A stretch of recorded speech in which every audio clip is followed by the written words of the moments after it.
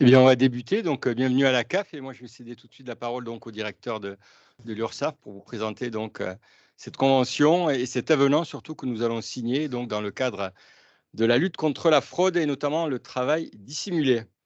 Et c'est une présentation que nous ferons à deux, puisque je vais démarrer et Thierry fera plus que compléter, parce que dans mes propos, il y aura forcément des aspects que je n'aborderai pas. Alors, premier point, de quoi est-ce qu'on parle? Quel est notre sujet? Quel est notre centre d'intérêt? Notre centre d'intérêt, c'est les travailleurs indépendants. Les travailleurs indépendants dans l'Hérault, puisque je suis directeur de l'URSSAF Languedoc-Roussillon, les travailleurs indépendants dans l'Hérault, c'est 100 000 personnes. 100 000 personnes, mais c'est un ensemble qui est très composite. Il n'y a pas d'unité dans cette population, puisqu'on va y trouver des professions libérales réglementées à l'intérieur, et on va y trouver aussi, et à l'intérieur de cette deuxième ensemble, ça fait beaucoup de personnes, on va y trouver les auto-entrepreneurs sur les 100 000, en retenant que c'est 55 000 personnes qui sont auto-entrepreneurs. Donc une population très diversifiée dans ses revenus, dans sa composition. On n'a pas de groupe professionnel dominant. Le groupe numériquement le plus important, ce sont les professions du bâtiment. Mais dans les auto-entrepreneurs, il y a beaucoup de professions nouvelles, libérales, notamment dans le domaine de la santé, du paramédical.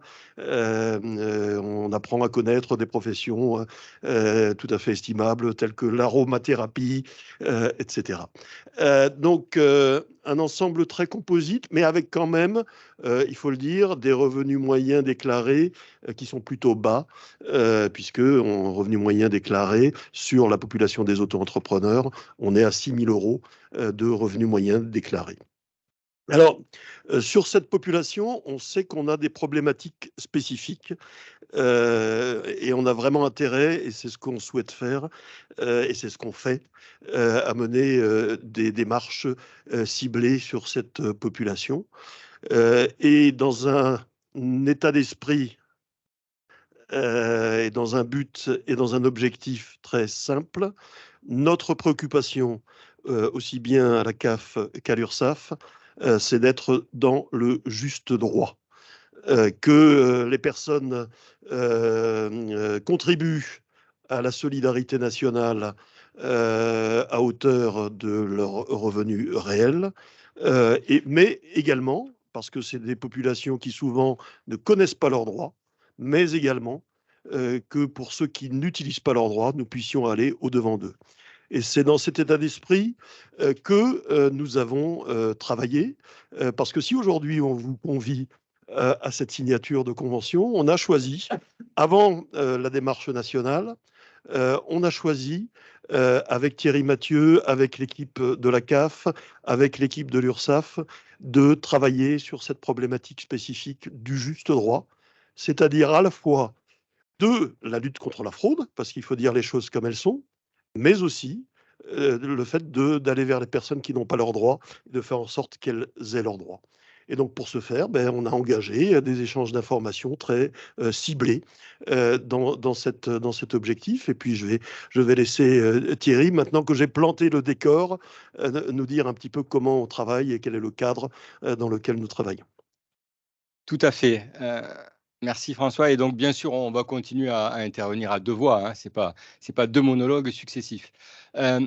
Oui, on a souhaité vraiment cette convention et je disais avec cet avenant, c'est-à-dire qu'il y avait une convention cadre nationale sur le contrôle et l'accompagnement des travailleurs indépendants et il y aura un avenant hérolté et j'y tenais beaucoup. Alors, pourquoi j'y tiens beaucoup? Tout d'abord, je vais totalement rejoindre les propos de François Yébel, directeur de l'URSSAF. Nous sommes là pour payer le juste droit ou pour recouvrer les justes cotisations. Or, comme vous le savez, dans le département de l'Hérault, le travail dissimulé, le travail au noir est quand même très usité, pour ne pas dire sport local, pas que dans le département de l'Hérault. Et pour moi, c'est un vrai coup de canif au contrat de solidarité, au contrat social. Aujourd'hui, vous le savez, la CAF paie des prestations donc à partir des déclarations des allocataires. Alors, des déclarations extrêmement automatisées. On a énormément de contrôles. On a 300 000 allocataires, vous voyez, on a 150 000 contrôles par an. Des contrôles automatisés, des contrôles sur pièce. On va envoyer des contrôles à l'allocataire qui va devoir nous répondre, des contrôles sur place, etc. Mais tous ces contrôles, il faut être clair, se fondent sur les données qui ont été déclarées par les allocataires, soit donc aux autres organismes sociaux, à Pôle emploi, aux impôts, à la CAF, mais c'est systématiquement sur la base de déclarations. Or, vous comme moi, on sait très bien que dans la vraie vie, sur le terrain, les personnes qui travaillent au noir, pour appeler les choses par leur nom, ne vont pas déclarer ses revenus. Et ça, c'est un vrai coup porté à la solidarité parce que quelque part, ça délégitime en fait la solidarité. Et souvent, vous allez entendre que tel ou tel perçoit des prestations, mais qu'à côté, il peut travailler au noir, etc. Et donc, avec l'URSSAF, on a souhaité à la fois travailler sur les travailleurs indépendants, mais je vous le dis tout de suite, hein, il peut y avoir des travailleurs indépendants qui ne déclarent pas tous leurs revenus, mais pas que. Il peut y avoir aussi des patrons qui ne déclarent pas totalement leurs salariés. Et là aussi, on a travaillé avec l'URSSAF sur ce type de sujet pour qu'on puisse, nous, derrière, on va dire, calculer l'indu et reprendre donc le paiement de la juste prestation et rappeler la fraude et aller recouvrir la fraude. Donc cette convention, elle a permis, alors comme l'a dit aussi François Yebel, on a déjà commencé à travailler ensemble. Et si je prends juste un exemple, dans l'échange de données, on a eu 280 signalements. Alors, vous vous doutez que les signalements de l'URSSAF, c'est-à-dire que l'URSSAF va aller contrôler des entreprises ou dans le cas présent, des travailleurs indépendants, elle va éventuellement donc détecter une fraude, mais si la personne n'est pas bénéficiaire de prestations, la CAF ne va pas être concernée. Donc ça, forcément, c'est l'URSSAF donc qui continuera ce dossier-là. Mais on s'est aperçu, par exemple, que sur ces 280 signalements, il y avait 63 dossiers qui concernaient la CAF, et ces 63 dossiers ont permis de détecter quand même 608 000 euros de fraude. Donc, j'ai envie de dire, l'efficacité est là, et les organismes sociaux doivent désormais, c'est vraiment le message moi que je veux passer aujourd'hui, on doit se préoccuper du travail dissimulé, du travail au noir. Alors, il y a le juste droit, il y a l'accompagnement dans le droit, et comme ça a été dit également, il faut reconnaître que pour les travailleurs indépendants, les prestations sont beaucoup plus compliquées que pour les autres. En termes de déclaration des revenus, ça va être donc sur des exercices précédents.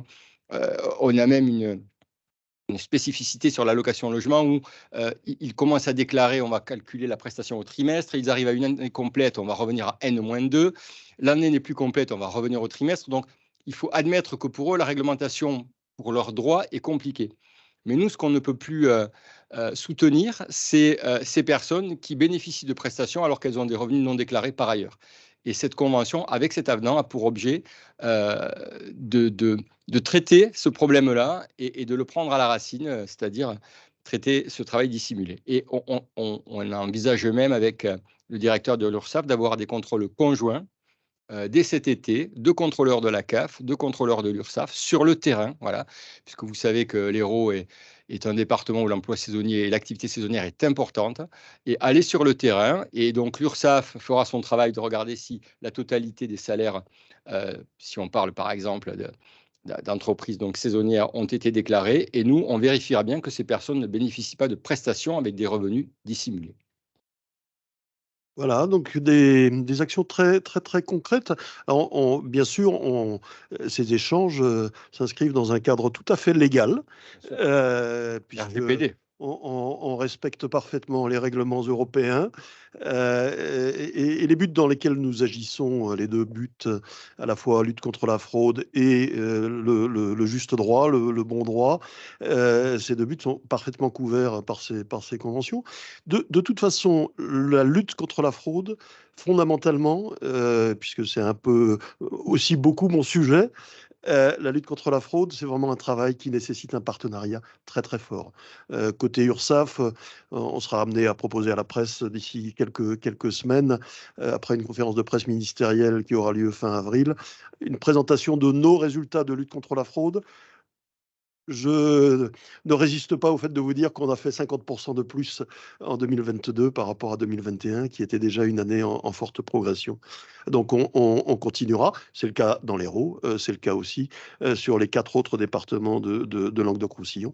Et c'est une volonté nationale que d'intensifier nos actions de lutte contre la fraude. Mais je n'en dis pas plus cet après-midi pour pouvoir mieux vous inviter à y revenir avec vous. C'est un point important parce qu'en fait, il faut être clair, c'était un peu une zone d'ombre dans nos dispositifs de contrôle. Je vous l'ai dit, en fait, on fait beaucoup de contrôles, mais sur des données qui ont été déclarées.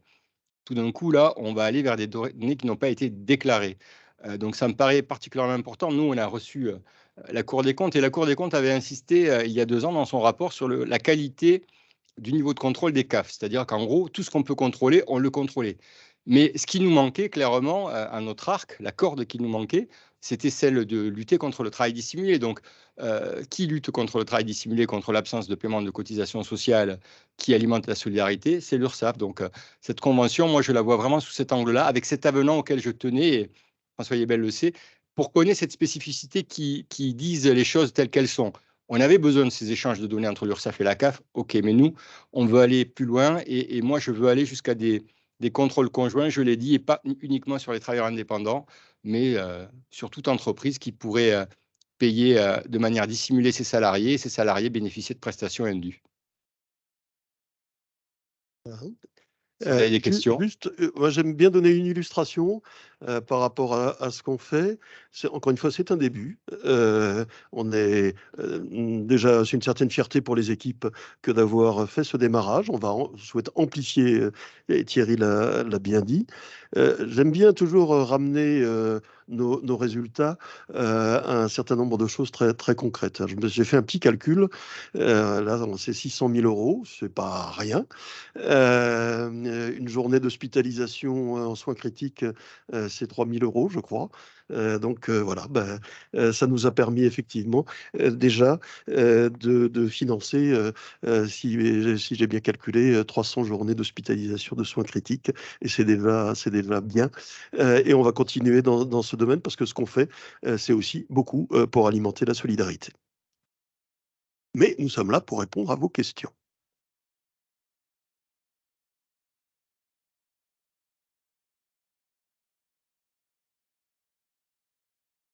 Quelle est la durée dans laquelle ils ont été construits? C'est sur un an? Alors, effectivement, on est sur 1 an, sachant que les contrôles, on est amené à revenir sur des périodes antérieures. Et nous, notre cadre d'action, c'est 3 années sur lesquelles on remonte en arrière, côté URSSAF, et vous aussi, côté CAF, vous allez faire les calculs. Nous, on va, oui, 3 ans, voire 48 mois pour après recouvrer.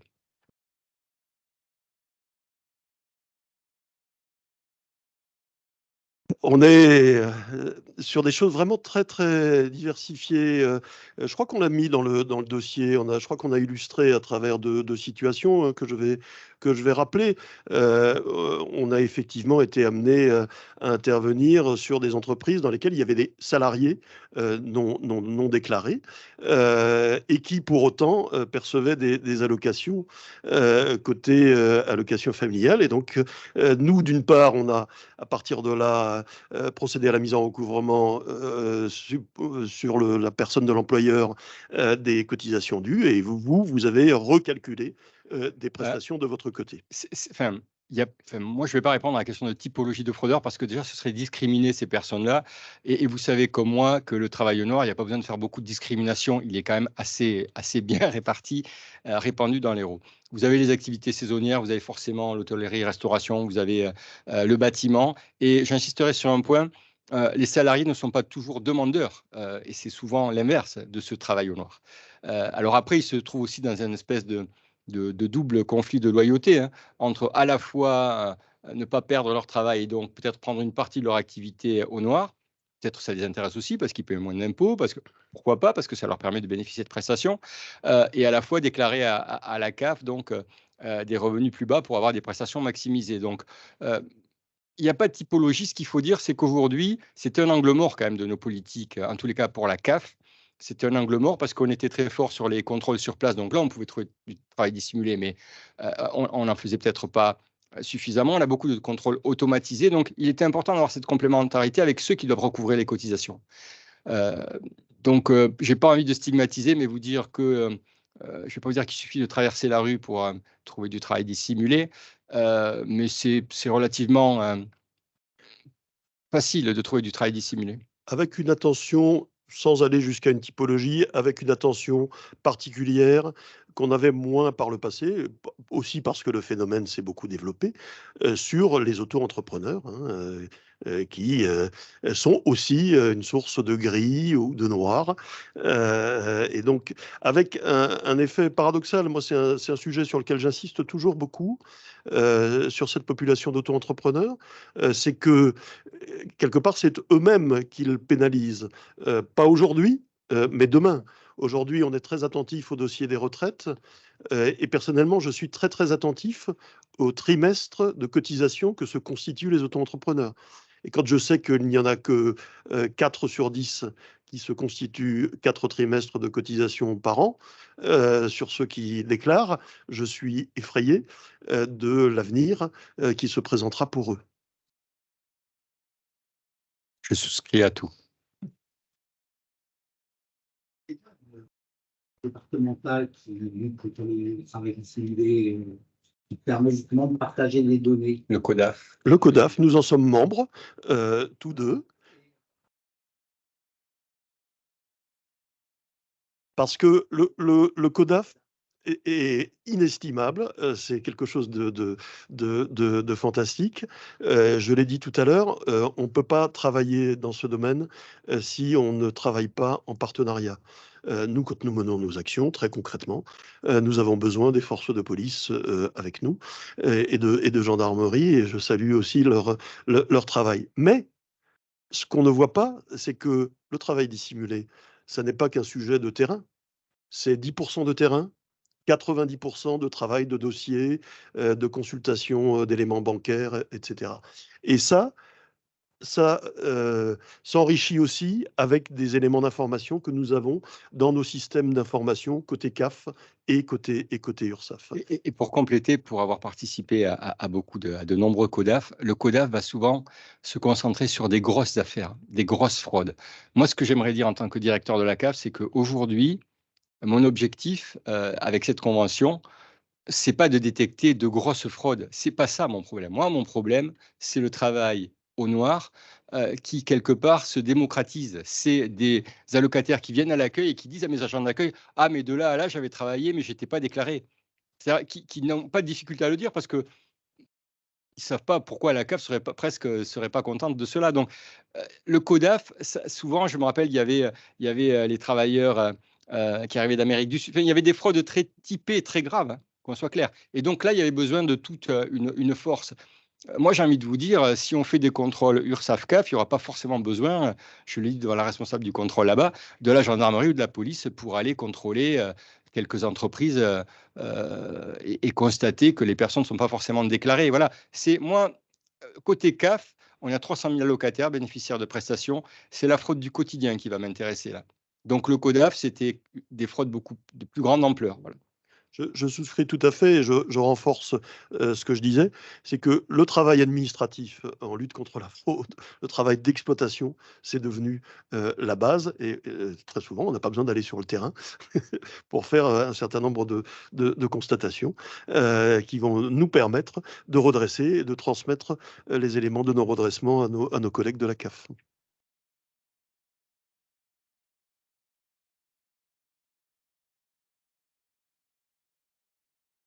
Il demande si on peut estimer le manque à gagner lié au travail au noir, notamment pour l'URSSAF. Oui, tout à fait. C'est un grand sujet de discussion. Mais le fait que ça soit un sujet de discussion, en soi, c'est déjà une bonne chose. Parce que ça veut dire qu'on cherche à évaluer. C'est un grand sujet de discussion entre la Cour des comptes, qui a fait des estimations, et la Caisse nationale des URSSAF, qui se base sur une méthode plutôt éprouvée et qu'on travaille depuis maintenant une quinzaine d'années, qui consiste à faire du contrôle aléatoire sur toutes les entreprises à un moment donné en France et à extrapoler les résultats de ces contrôles aléatoires pour avoir une estimation. Donc, côté l'estimation de l'URSSAF Caisse nationale, c'est 7 milliards, je prends le milieu de la fourchette, parce qu'on est toujours sur des fourchettes sur ces sujets, c'est 7 milliards. La Cour des comptes est plutôt, elle, du côté de 20 milliards. Mais déjà, le fait qu'il y ait ce débat est un sujet, est en soi une bonne préoccupation. Enfin, économétriquement, on a des études. La meilleure étude, en fait, c'était lorsqu'on était passé à l'euro. Je me rappelle, j'avais un ami qui travaillait à l'INSEE et qui travaille avec la Banque de France. Lorsqu'on était passé à l'euro, on s'était aperçu du pourcentage du PIB du département de l'Hérault qui avait tout d'un coup réapparu. Voilà. Donc là, je ne mets pas derrière que le travail au noir. Mais vous voyez, par exemple, quand vous avez, et je vais dire, alors il y avait c'était à peu près 10% du PIB, donc c'était vraiment énorme, hein. Quand vous avez un taux de surface, par exemple, de bricolage très élevé, à un moment, il faut se poser la question, mais soit tout le monde vraiment est bricoleur, soit il se peut qu'il y ait des bricoleurs qui ne sont pas tous déclarés bricoleurs. Voilà, il y avait un certain nombre d'indices et le passage à l'euro avait permis de détecter un fort taux de travail dissimulé. Après, moi, j'ai envie de vous dire, moi, je me fie à ce que me disent mes contrôleurs sur le terrain, à ce que je peux constater par moi-même, à ce que me disent les allocataires. Euh, il faut lutter contre le travail dissimulé parce que ça sape en fait le contrat social, ça sape la solidarité, ça stigmatise les bénéficiaires de prestations en disant tous des fraudeurs alors qu'ils sont loin de l'être tous. Juste pour vous dire, à la CAF, vous l'avez dans le dossier de presse, on a 0,4% des allocataires qui sont considérés comme fraudeurs.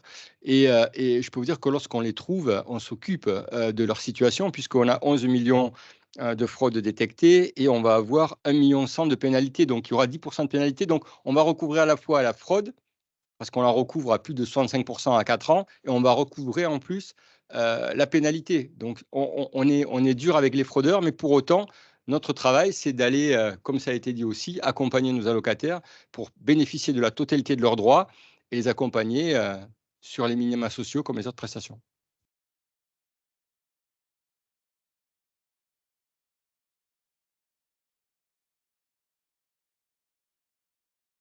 Bonjour.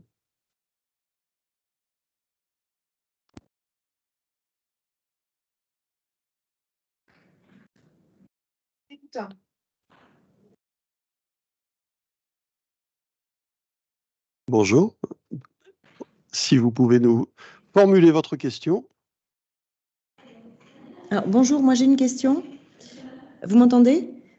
Je voulais savoir à combien Oui. s'élève le montant des droits non perçus par ceux qui y auraient droit. Est-ce que vous pouvez calculer? Est-ce que vous avez une estimation? Alors, il y a plusieurs estimations qui ont été faites, en tous les cas pas par la CAF de l'Hérault. C'est l'accès aux droits, c'est en fait les personnes qui auraient droit à des prestations et qui ne les demandent pas forcément. À un moment, c'était évalué à 30%, donc de manque à gagner par rapport à ce qui était versé. Vous voyez, on parle de travail dissimulé. On va retrouver cet accès au droit empêché, à mon avis, sur des prestations spécifiques. Là, c'est mon avis personnel. Vous voyez, par exemple, on a une prestation comme la prime pour l'activité, la PPA, où là, on va devoir être dans un niveau de revenu pour bénéficier de cette PPA. Donc là, on va avoir deux cas. On va avoir le cas des personnes qui vont, et c'est d'ailleurs comme ça qu'on les détecte avec l'URSSAF, qui vont sous-estimer leur revenu pour avoir un droit PPA. Et vous allez avoir les droits, les personnes qui auraient un droit PPA et qui ne le valorisent pas. Là, on va être sur, à mon avis, du droit potentiel qui n'est pas valorisé. Sur les minima sociaux, je suis très circonspect, personnellement, devant les chiffres avancés par certaines associations en matière d'accès au droit. Voilà. Je ne pense pas, en tous les cas, dans le département de l'Hérault, je ne pense pas qu'on soit à un tel niveau de non-accès au droit à la prestation RSA. Et quand je regarde d'ailleurs la sédimentation de la prestation, donc pour parler clair, les personnes qui sont depuis très longtemps et qui n'en sortent pas, ça me conforte.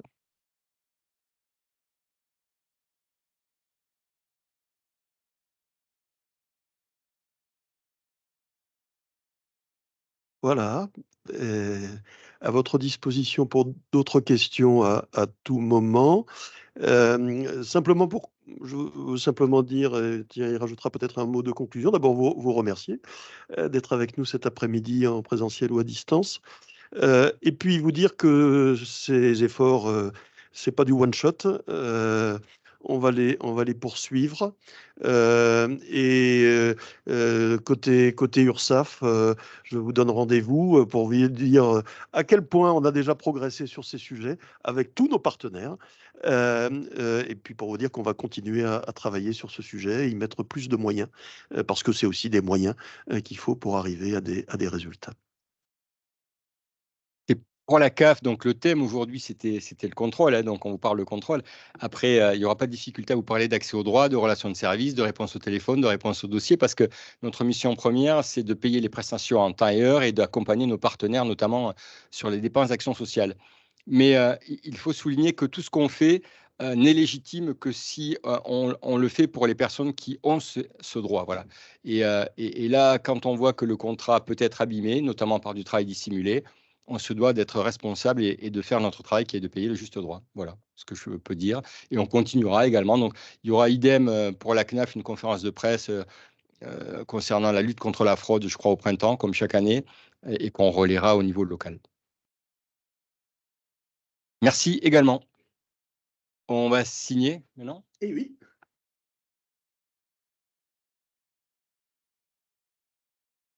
De signer à côté de derrière. Oui, tu verras, ça a été mal placé.